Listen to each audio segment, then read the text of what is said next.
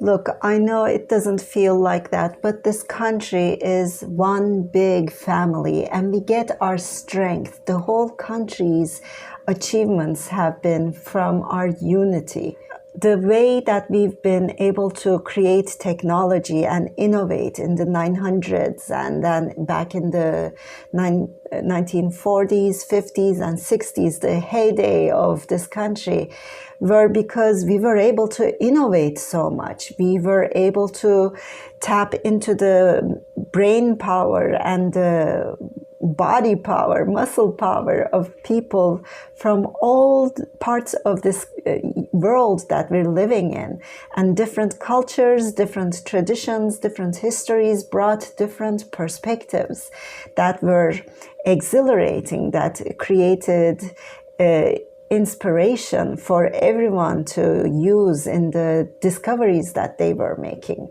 And we were brave. We didn't shy away from hard work. We put everything that we got into it and we succeeded, because that's what you need. You need a vision and you need the determination to work hard, put yourself into it and get it done.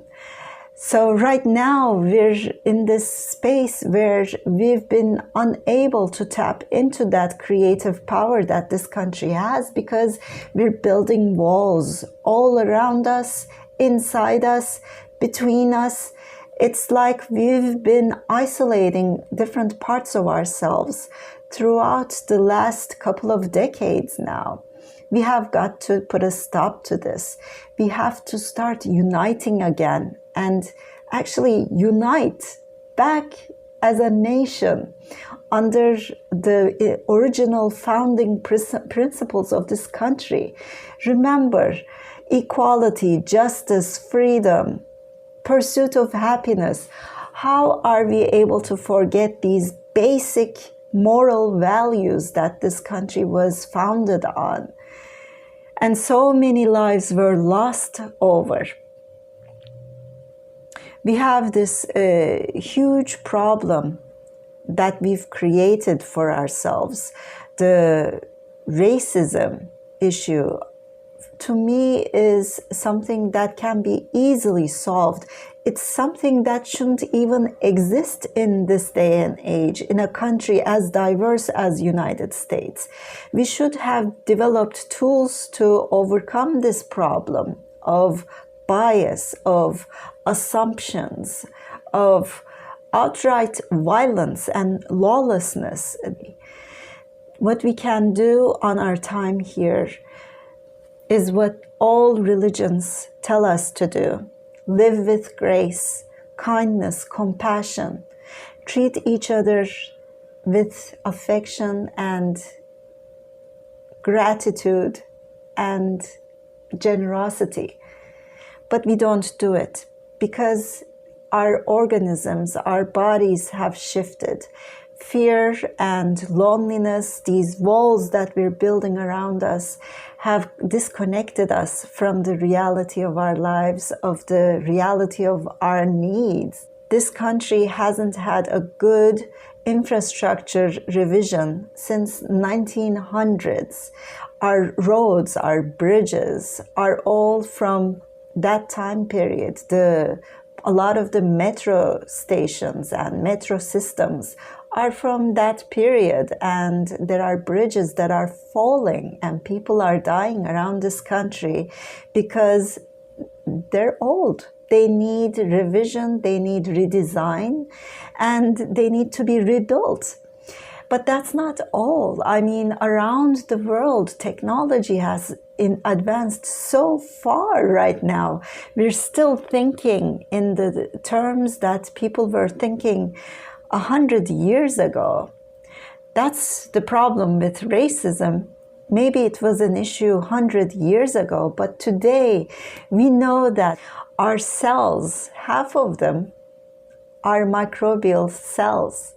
So to say that we're superior to other humans who have a different skin color is outrageous today.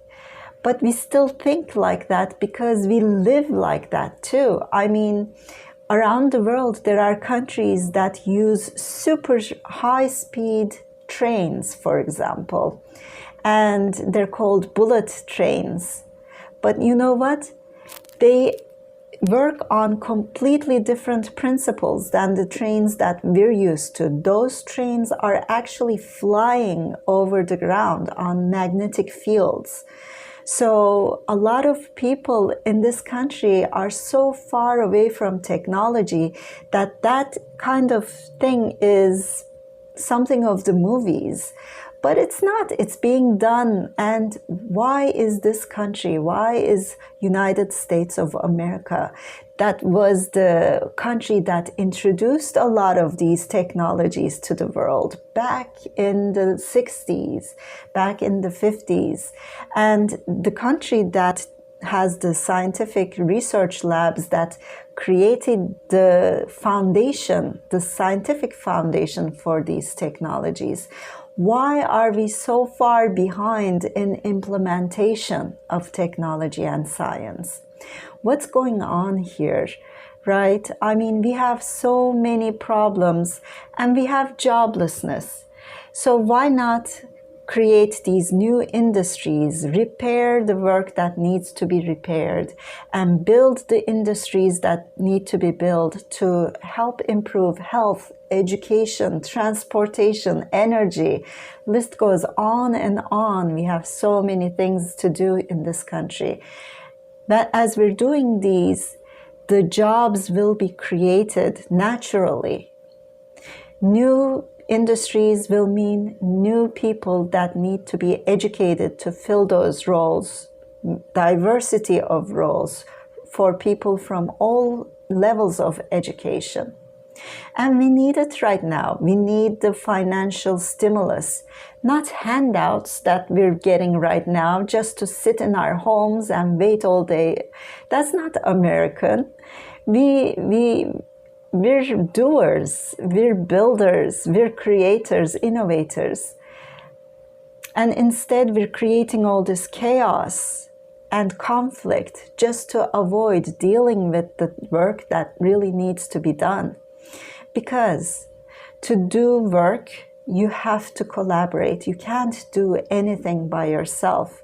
And to collaborate, you need to stop and listen to what everybody around you is saying. We can't be hateful for each other and continue to do the things that we want to do. And for that, to start communicating again, to listen, to speak in a way that the other person doesn't feel like they're attacked.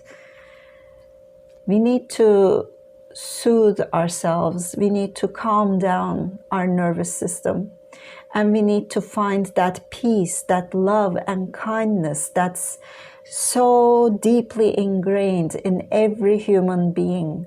I know I'm a trauma counselor and I've been working with people for more than a decade now and helping them rediscover that love, that kindness, and that calmness inside them. Because traumas, things, experiences that really destroy our sense of trust in ourselves, in others, in the world in general, are really damaging.